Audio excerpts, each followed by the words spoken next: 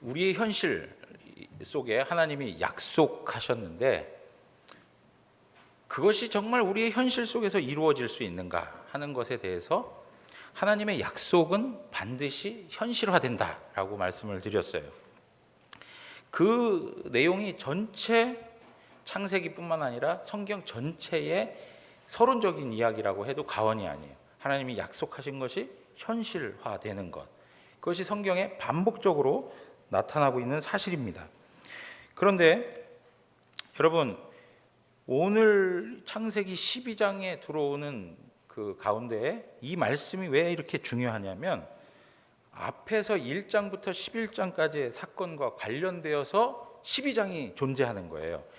앞에 있는 내용하고 아무 관계없이 갑자기 12장이 등장하는 게 아니고 앞에 있는 11장까지의 내용과 관계해서 12장이 등장하고 있는 거예요. 근데 앞에 있는 11장까지의 내용을 보면 인간 역사가 전부 뭐예요? 죄와 반역이에요. 그래서 결국은 하나님 앞에 심판이었어요. 그래서 11장 맨 마지막 절을 마감하는 그 절수의 그 마지막 절에 나와 있는 게 뭐라고요? 죽음이라고 하는 것으로 끝났다고 말씀드렸어요. 죽음이었어요. 죽음. 시작하는 책인 창세기가 50장 맨 마지막 구절에 뭘로 끝났다고요?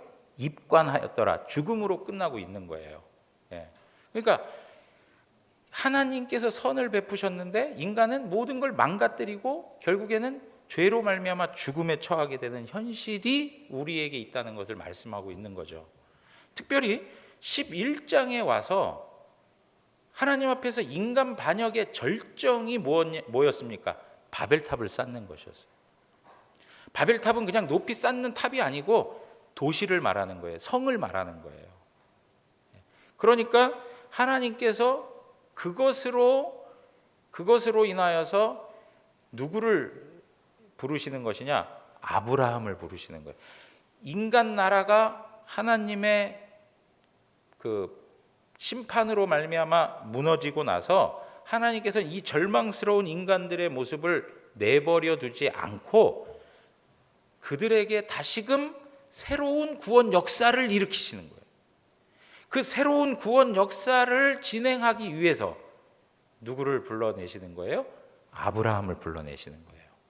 그러니까 앞에 인간 나라의 실패를 하나님께서 허락하시고 그것을 실패하게 하시고 그 다음에 하나님 나라의 시작을 이루기 위해서 아브라함을 등장시키는 거예요.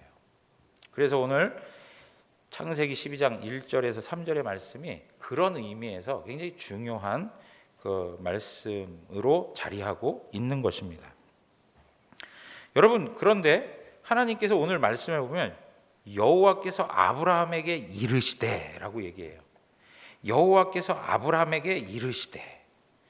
여러분, 하나님께서는 아브라함을 선택하셨습니다. 그리고 나서 그를 부르시죠. 선택한 그를 부르시는 거예요. 여러분, 하나님께서 우리를 선택하신 게 언제예요? 창세 전에 선택하신 거예요. 선택한 그를 우리의 역사 속에서 하나님이 부르시는 거예요. 이해되시겠습니까? 여러분들이 구원받은 것은 사실은 창세 전에 이미 하나님에 의해서 선택받은 거예요. 그런데 그것을 깨달을 수 있도록 하나님이 부르시는 시점이 다 인생 속에 있는 거죠. 아브라함도 마찬가지예요. 하나님이 선택한 그를 부르셨어요. 그런데 여러분 보세요. 부르시는데 무엇으로 부르셔요? 말씀으로 부르시는 거예요. 아브라함에게 이르시되라고 얘기해요.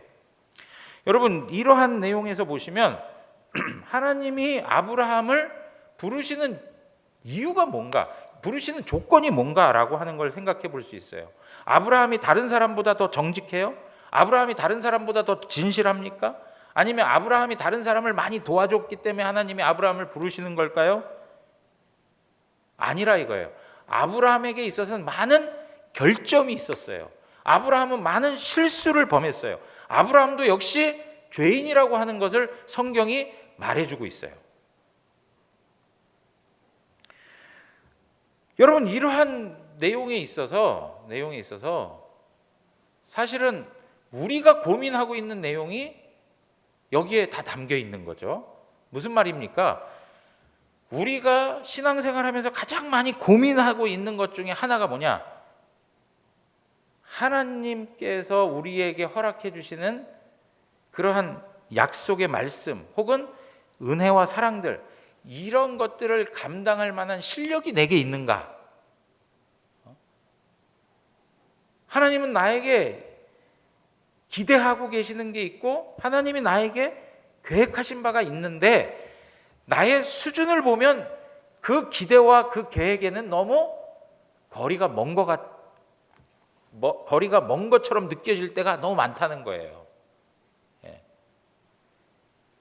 하나님의 말씀에 순종하고, 그리고 하나님을 온전히 예배하고 하나님을 섬기고 이웃을 사랑하고 하는 삶의 모습을 살아가기보다는 오히려 내 욕심과 내 고집과 내 탐심과 불순종의 역사가 내 삶에 가득하죠. 그러다 보니까 과연 하나님께서 나에게 계획하시고 나에게 약속하시고 뜻하신 것이 온전히 이루어질 수 있을까라고 하는 생각을 해요. 그런데 여러분, 처음 시작할 때부터 우리가 분명히 알아야 될 게 뭐냐면, 아브라함은 다른 사람보다 무슨 좋은 조건이 있어서 하나님 앞에 부르심을 받은 게 아니라는 거예요. 아브라함은 부르심을 받고 나서도 계속적으로 하나님 앞에서 실수를 범하고 결점을 가지고 신앙생활을 했던 사람이에요. 그러니까 우리하고 다르지 않다라고 하는 거죠. 다르지 않아요. 아브라함을 아주 큰 믿음의 우인으로만 생각하는데 그렇지 않다 이거예요. 아브라함도 우리와 같이 연약한 모습이 있었다는 거예요. 그런데 여러분 보십시오. 그런 아브라함에게 하나님이 찾아가셨다는 거, 이게 엄청난 사건이거든요. 하나님 그분이 죄인에게 찾아오셔서 말을 거셨다? 놀라운 사건인 거예요. 하나님이 죄인에게 말씀하셨다? 어디 그런 일이 있습니까? 이거는 뭐하고 같은 말이냐면, 인간이 구더기에게 말을 걸어오는 거하고 똑같은 거예요. 근데 사실은 그거보다 더 큰 거예요. 우리 인간이 구더기를 보면서 말을 걸어오는 거 하고 그거보다 더 크고 놀라운 게 하나님이 우리에게 말씀하시는 것, 엄청난 사건인 거예요. 여러분, 그래서요, 우리가 하나님의 부르심을 받고 하나님께서 우리에게 말씀하시고 우리는 그의 말씀을 듣는다는 그 사실 자체가 기적 같은 사실이에요. 놀라운 거예요. 아무나 다 하나님이 말씀하시는 것도 아니고 하나님의 말씀이 들려지는 것도 아니에요. 누구에게만 이 말씀이 들려지는 거예요? 하나님이 사랑하는 자녀들에게.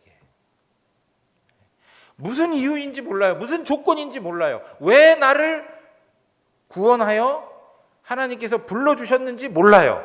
그러나 분명한 것, 하나님이 사랑하신대요. 하나님이 사랑하신대요.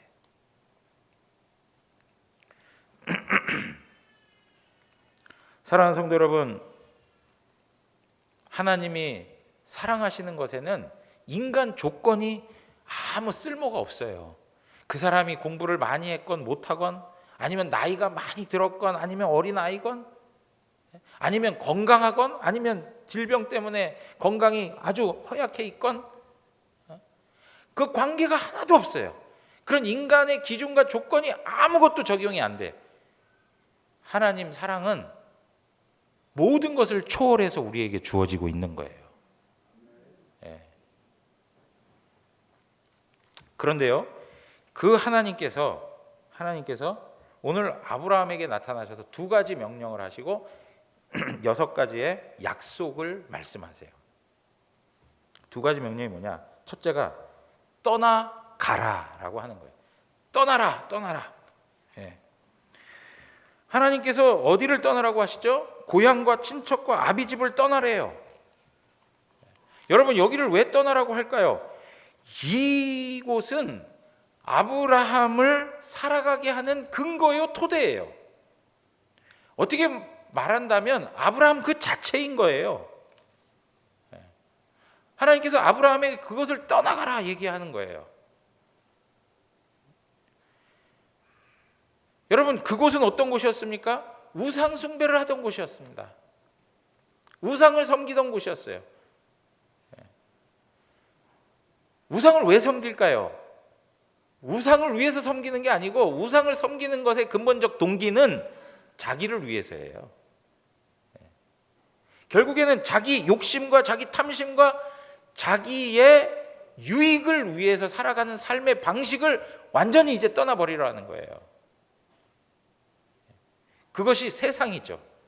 세상의 기준, 세상의 가치, 세상의 목적과 목표, 이제는 너는 그러한 것에 머물러 있을 사람이 아니라는 거예요. 그런 세상적인 바탕에서 완전히 이제 떠나라는 거예요. 떠나라.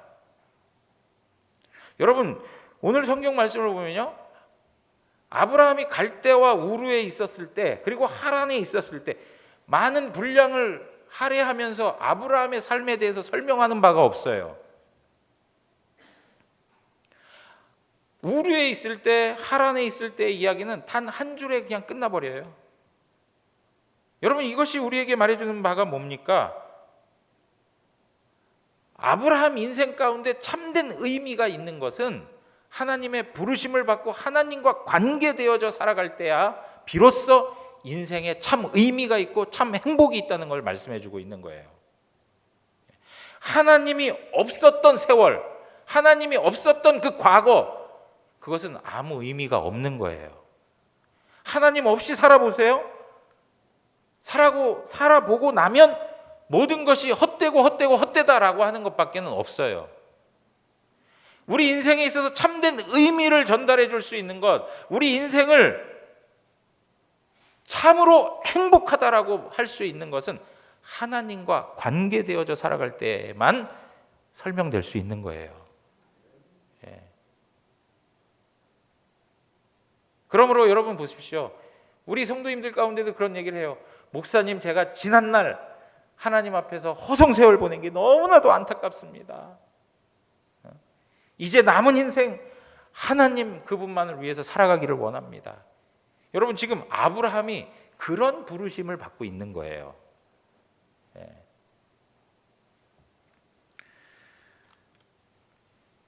고향, 친척, 아비의 집, 이것은 자기를 지금까지 만들어 놓은 것이고 자기를 보호할 수 있는 울타리가 되는 거예요. 그런데 그걸 다 던져버리라는 거죠. 사랑하는 성도 여러분, 여러분들에게도 주님께서 말씀하시는 게 뭐냐? 여러분들을 위한 근거, 여러분들이 위로를 삼고 여러분들의 안전을 만들어주고 여러분들에게 기쁨을 줄 수 있는 하나님 말고 다른 것으로 인하여 그렇게 자리 잡고 있는 그곳에서 떠나라는 거예요. 떠나는 것이 첫 번째 시작이에요. 떠나는 것이 시작이에요. 내가 가지고 있는 인간적 행복의 조건들, 이 모든 것들을 다 내려놓으라는 거죠. 예수님께서 말씀하셨습니다. 누구든지 나를 따라오려거든 자기를 부인하고 라고 얘기해요. 여러분, 지금 아브라함에게 너의 고향, 친척, 아비 집을 떠나라 라고 하는 거는 너 자신을 이제 부정해라 라고 하는 거예요. 너가 가지고 있던 가치관, 너가 가지고 있던 삶의 철학, 너가 가지고 있던 세계관, 이 모든 것들을 다 버려라 라고 하는 거예요. 그리고 새롭게 거듭나라는 거죠. 새롭게 거듭나라. 누가복음 14장 33절, 우리 다 같이 한 목소리로 읽겠습니다. 이와 같이 너희 중에 누구든지 자기의 모든 소유를 버리지 아니하면 능히 내 제자가 되지 못하리라. 주님의 제자가 되는데 자기의 모든 소유를 버리지 못하면 제자가 되지 못한다는 거예요. 무슨 얘기입니까? 우리 보러 가지고 있는 모든 소유물들을 다 팔아 버리라는 얘기입니까? 그건 아니죠. 중요한 건 뭐냐면 하나님이 우선순위에 자리 잡고 있느냐라고 하는 거예요. 하나님 그분이 우리 삶의 가장 최고의 가치로 자리하고 계시냐 하는 것이죠. 내가가 아니라, 나의 모습이 아니라 하나님 그분이 내 마음 중심에 자리 잡고 있느냐라고 하는 걸 말을 하고 있는 거예요. 나의 욕심과 나의 욕망과 나의 자랑과 나의 명예와 권세가 아니고 하나님 그분의 뜻과 목적과 목표가 내 인생의 목적이 되고 목표가 되었느냐 하는 것을 말씀하고 있는 거예요. 사랑하는 성도 여러분, 하나님께서 우리로 하여금 왜 떠나라고 하신 것일까요? 그것은 우리만을 위해서 말씀하신 것이 아니고 바로 다른 세상을 품어내기 위해서 떠나라고 하시는 거예요. 왜 그러냐면 세상을 구원하기 위해서 우리가 세상과 완전히 구별돼야 되기 때문에 그래요. 여러분, 세상을 구원하기 위해서는, 세상의 참 행복이 무엇인지를 알려주기 위해서는 우리가 세상과 완전히 구별되어 있어야 돼요. 우리가 세상과 동화되고 우리가 세상과 타협하고 우리가 세상과 하나 되면 세상을 구원할 능력이 없어요. 세상을 구원해내기 위해서는 철저히 하나님의 것으로 구별돼야 되는 거예요. 성도는 하나님의 것으로 구별될 때에만 능력이 있어요. 세상과 타협하기 시작하면 성도들은 능력이 없어요. 여러분, 이러한 내용에 있어서 하나님께서는 아브라함에게 떠나라 라고 얘기하는 거예요. 떠나라. 여러분, 지금도 아직도 세상적인 가치, 세상적인 목표, 목적, 그걸 가지고 살아가시는 분이 있다면 오늘 주님의 음성으로 들으시기를 원합니다. 떠나라는 거예요. 떠나라. 하나님의 말씀과 약속에 묶여 사는 삶, 그것이야말로 진정한 행복을 줄 수 있는 것입니다. 두 번째, 떠나라고 하시면서 또 하나의 명령을 하시는데 너는 복이 될지라 라고 얘기하세요. 2절 후반부에 보면 너는 복이 될지라 라고 얘기해요. 예전 개역성경에서 뭐라고 설명했냐면 너는 복의 근원이 되라 라고 얘기했어요. 복의 근원이 되라.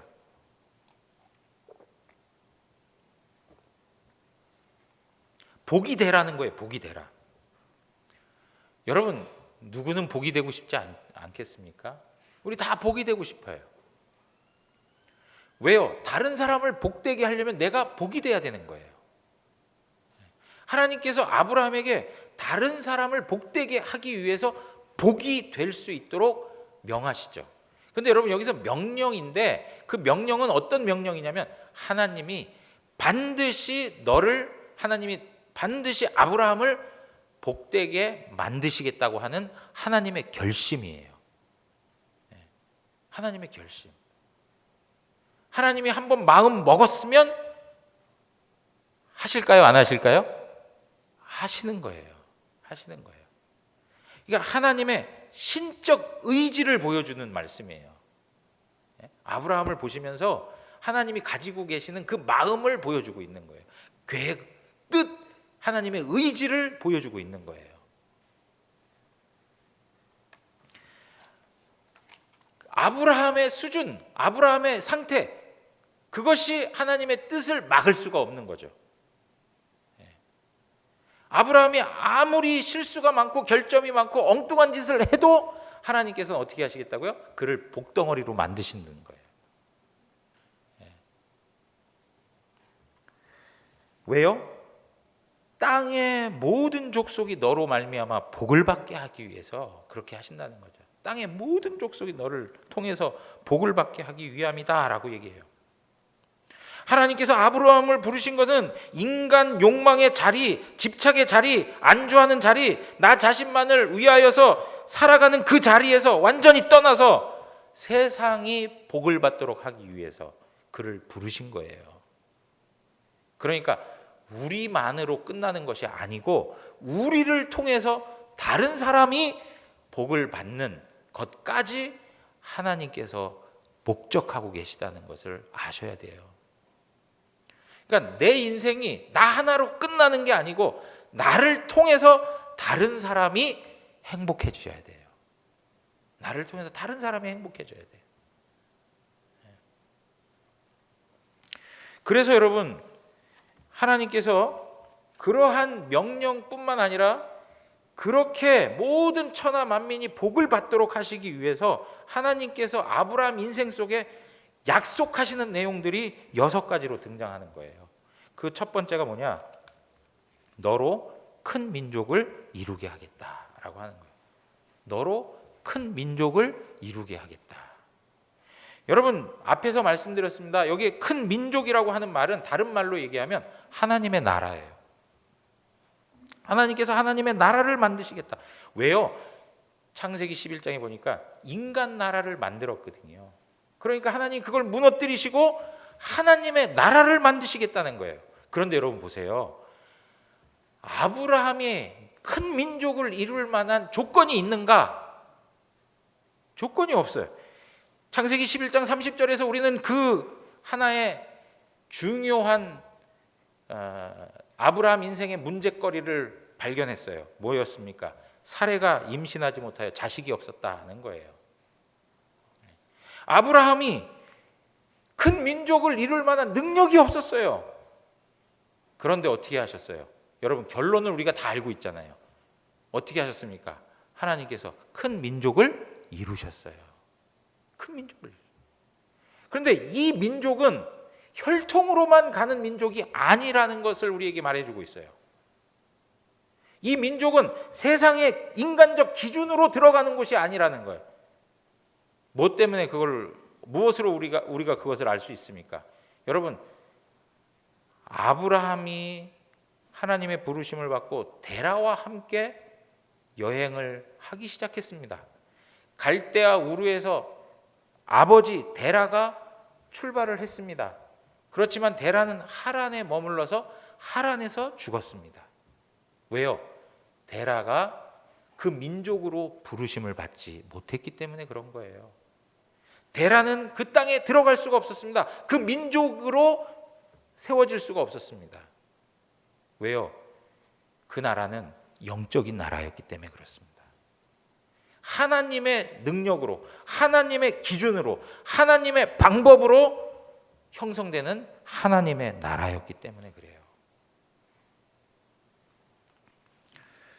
두 번째는 아브라함에게 하나님께서 뭐라고 말씀하셨습니까?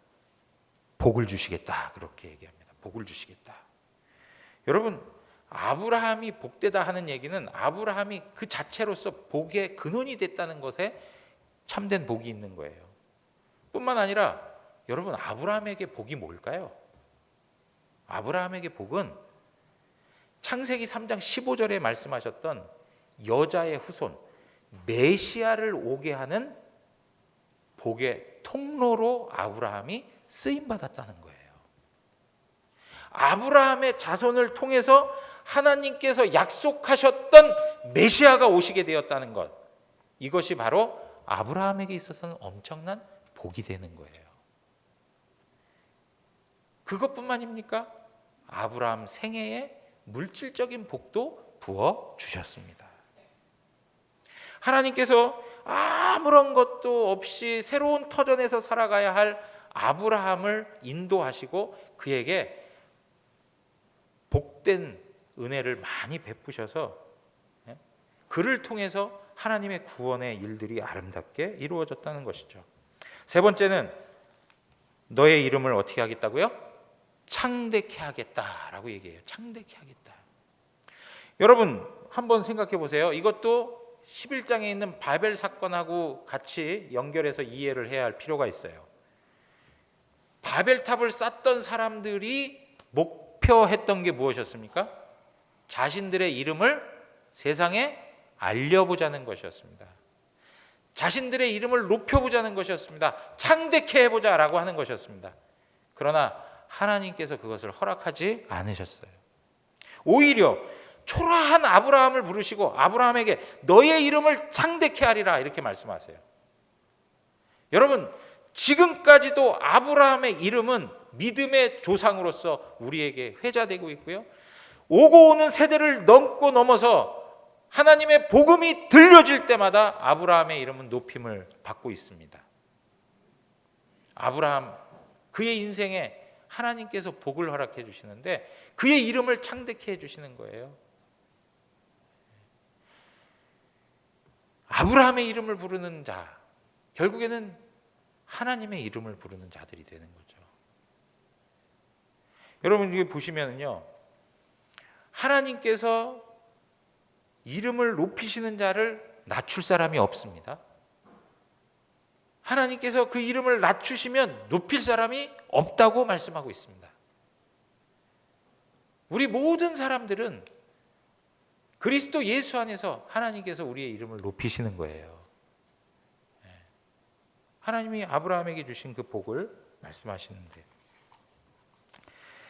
그런데 그러한 복을 받으면서도 아브라함이 가진 조건을 보면 아무것도 그 이름에 걸맞는, 하나님이 약속하신 것에 걸맞는 그런 조건이라는 것은 없어요. 자, 그리고 나서 보십시오. 네 번째, 다섯 번째 똑같은데, 너를 축복하는 자에게 내가 복을 내리겠대요. 내가 너를 저주하는 자에게 내가 저주하겠대요. 무슨 얘기입니까?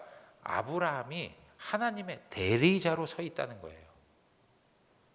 그래서 아브라함을 욕하면 하나님도 그를 욕하고 저주하시고, 아브라함을 축복하면 하나님께서 그에게도 복을 내려주시겠다는 거예요. 여러분, 이런 권세를 가지고 있다는 게 엄청 놀라운 일 아닙니까? 하나님께서 편이 되어 주시는 거예요. 여러분들에게 있어서 진정한 편이 누구입니까? 남편입니까? 여러분들에게 있어서 진정한 편이 되어 주시는 분은 하나님이세요. 아브라함에게 있어서 하나님께서 편이 되어 주시는 거예요. 하나님께서 아브라함을 대리자로 세우셔서 아브라함을 기준자로 세워두시고, 아브라함을 축복하면 하나님이 복을 주시고, 아브라함을 저주하면 하나님이 저주하시는 엄청난 권세를 허락해 주시죠. 그런데 여러분, 이것이 무엇으로 성취됩니까? 아브라함의 자손으로 오시는 예수 그리스도를 통해서 그것이 성취되죠.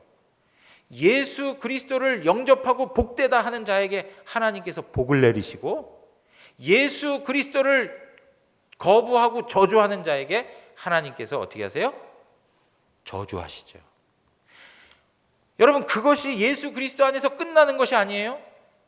예수 그리스도 안에 있는 하나님의 자녀들이, 아브라함의 자손으로 있는 하나님의 백성들이 나아가서 예수 그리스도의 복음을 전했을 때 그것을 영접하고 축복하는 자들은 하나님께서 복을 주시고, 그 복음의 말씀을 거부하는 자들에게 있어서 하나님이 저주하시는 그 원리를 오늘 우리가 살아가고 있는 현실에서도 여전히 적용하고 계세요.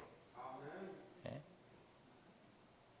여러분, 이렇게 하나님께서 약속하신 바를 4,000년이 넘어서도 지금 이루어가고 계시는 거예요.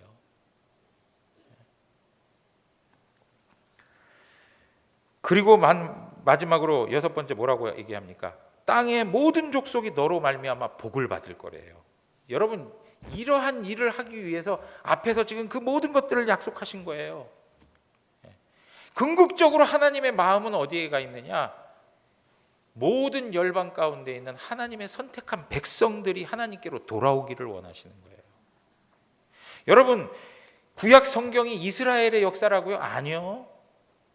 하나님께서는 아브라함을 부르실 때에도 아브라함을 통한 유대 백성들만을 목적으로 삼지 아니하시고 온 세계 열방에 하나님이 선택한 백성들을 구원하기를 원하신 거예요. 그들에게 복이 흘러가기를 원하시는 거죠. 여러분이 이러한 내용들을 보면 우리가 분명히 알아야 할 것은 무엇이냐면, 우리가 이 땅에 존재하고 있는 이유도 아브라함 같은 사명을 부여받고 살아가고 있다는 거예요. 하나님께서 아브라함에게 복을 주시고 아브라함에게 약속하신 그 약속의 말씀이 오늘 우리들에게도 들려주시는 하나님의 말씀이라는 거죠.